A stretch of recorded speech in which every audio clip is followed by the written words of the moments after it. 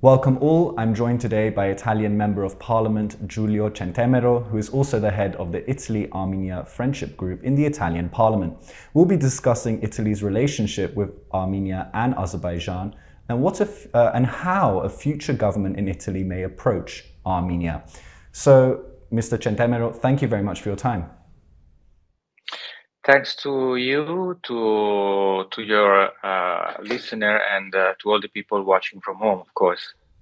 Thank you. So you are the head of the Armenia-Italy Friendship Group in the Italian Parliament. You have voiced support for Armenia previously. Why are you an advocate for the Armenian cause?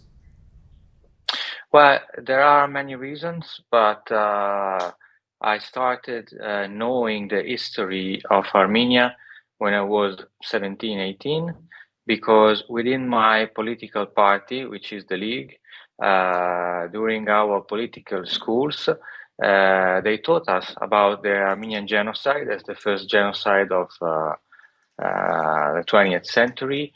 And therefore, I started digging deep. Plus, in Italy, we have a quite small but active community, especially of Western Armenians. Among them, there are stylists, writers like Antonio Aslan. So if you open any Italian magazine, especially the ones of the weekend, you find many events related to Armenian culture. It can be music, can be literature. One of the first movie production company in Milan was called Nuova Armenia, the New Armenia. And till now, there is a place called Cinema Armenia in Milan. So not in Venice or like in Bari or in Napoli, where the presence date much before. And you must be aware of the perception in Armenia that Italy is a major economic partner of Azerbaijan. Italy is Azerbaijan's #1 export partner, accounting for 28% of total exports, and we're talking mostly about energy. How does this energy cooperation influence Italian politics, and how do you think Armenia can counter this? Well, first of all, we have to start from what I'm going to tell you.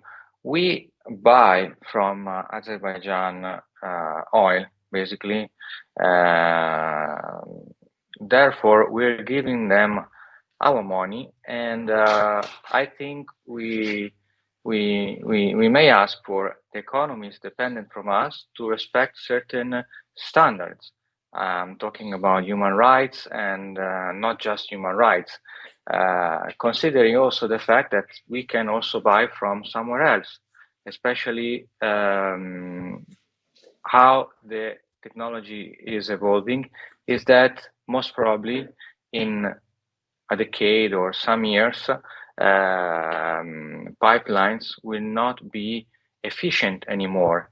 I was talking to a major company of gas distribution in Italy, one of the biggest, one of the oldest, and they started buying liquid gas instead of getting gas from the pipelines, and liquid gas is transported by ships. In addition, we're going towards an environmental stage of the world, and especially of the EU. Therefore, we will use less and less hydrocarbons, oil, and so on, these kind of products. So, of course, there's an influence, and this is the only key that will play to let us shut up or accept the fact that some human rights were violated and so on. But this is not enough. I mean, plus, let's consider another key factor, our export to Azerbaijan, to Armenia, and so on. If you take into account not only the Republic of Armenia, but all the Armenian diaspora, you see that the export from Italy is huge. Consider, let's say, 11 millions of Armenians living outside Armenia.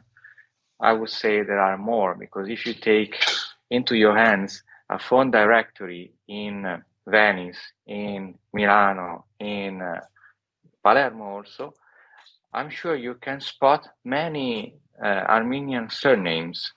And so if you take into account this diaspora, you see that our export towards Armenian is much higher than our export towards Azerbaijan, which doesn't mean that I sympathize with the Azerbaijani citizens that are victims of an autocracy, as a matter of fact, a dictatorship. Then what I'm going also to tell you is that there is a lot of Armenian investment in Italy. I mean, it's not as significant as, I don't know, US investment, but you can say that it is significant. Take into account that, for example, the airports of Tuscany are managed by an Armenian gentleman company from Argentina. Take into account that Siena Football Club was bought by another Armenian gentleman from the Republic of Armenia, or part of it. Take into account that Padua football team has been invested by Mr. Ugorlian, Franco-Armenian. So there's a lot of also economic interaction. Okay, and I think this is helping, of course. And you sit in the Chamber of Deputies in Italy as a member of parliament for the League or Lega party, which is now polling as one of the most supported parties in Italy. It was previously even polling on 40%. Now, if you add that with the Fratelli d'Italia, the Brothers of Italy party, that level of support is significant. So the leader of the League party, Matteo Salvini, who is an ardent critic of Turkish President Recep Tayyip Erdogan, took part in a protest in support of Armenia during the 2020 Nagorno-Karabakh war. Some believe that a Salvini or a Giorgetti or a Meloni leadership in Italy would be more favorable to the Armenian side. So what would your message be to Armenians who are curious what a Lega or League-led Italy and what that would mean for Armenia-Italy relations? Well, we have always been very critical towards Turkey, and especially towards Erdogan. We have been doing many actions at EU level. We find unfair, for example, that for in the migratory crisis, basically Erdogan is blackmailing Europe, and we are very critical towards the EU that funded Turkey instead of funding, for example, Jordan or Lebanon to set up camps and to help refugees from Syria. So definitely there will be a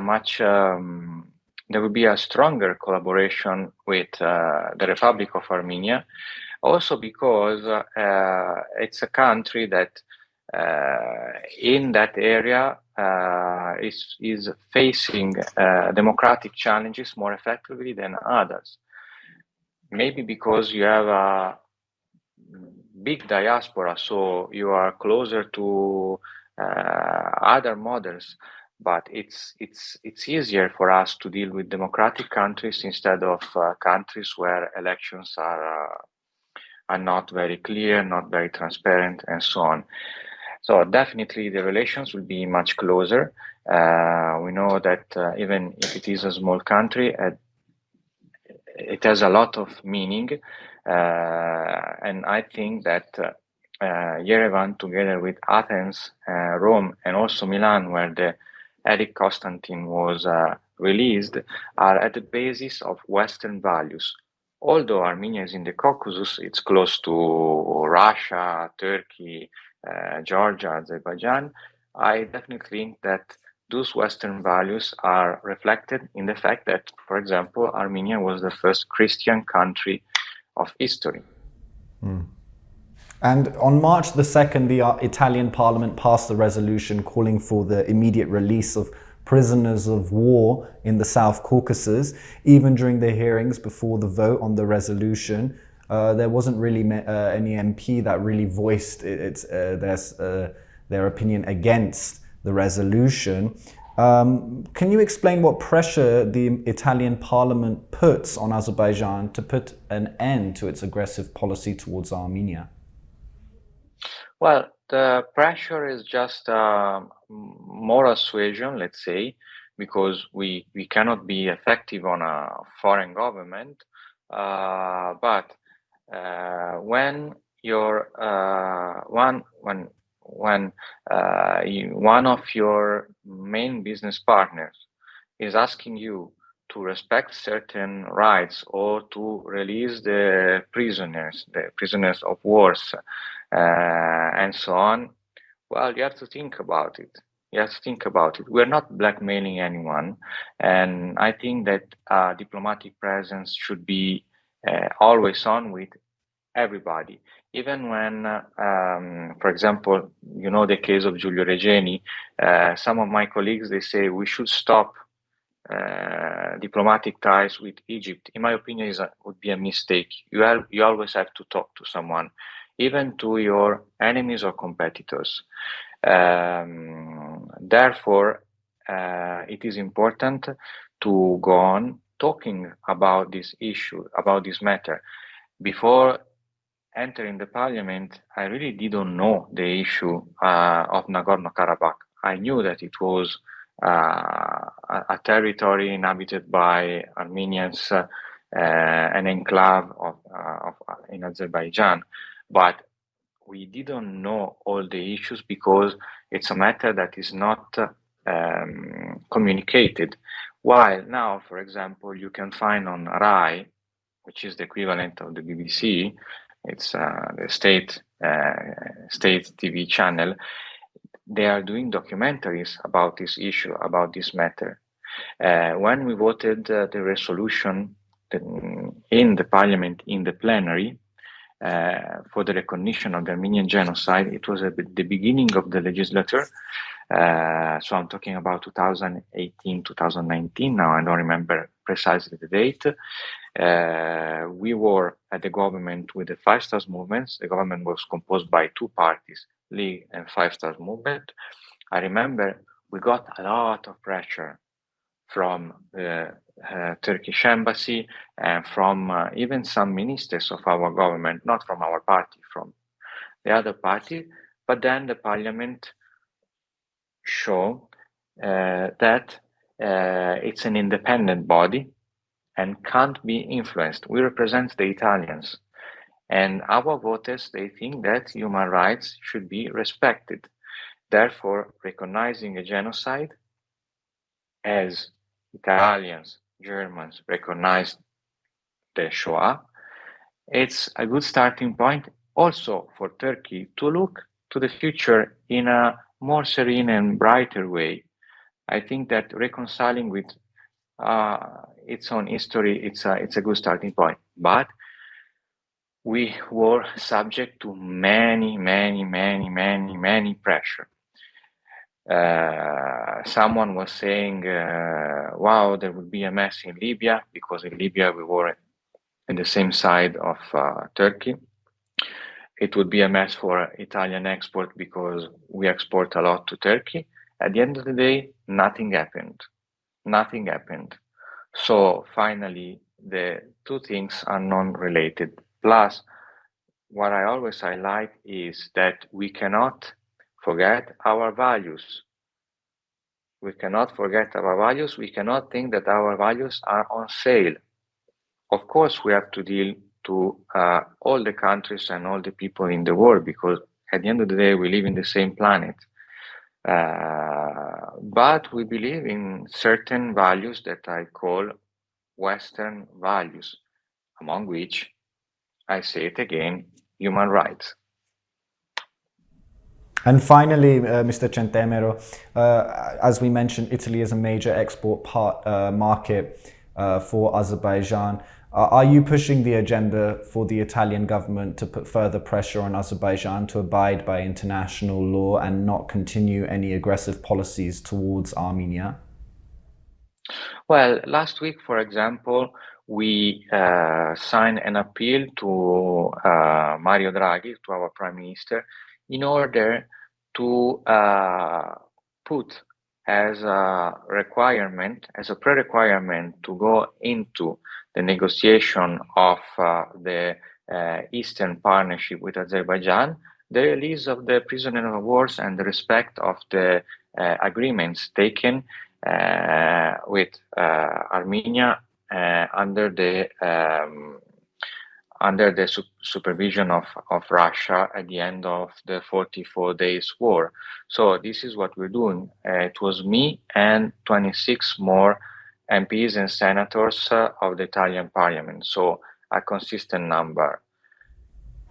Okay. This is what we're doing, and I think in some extent it is working, not maybe that effectively as we would like to work, but it's something. It's at least someone is saying to the families of these prisoners of war and to the Armenians, and also to the Azerbaijani who doesn't feel their rights are respected in their own country, maybe, that someone is watching.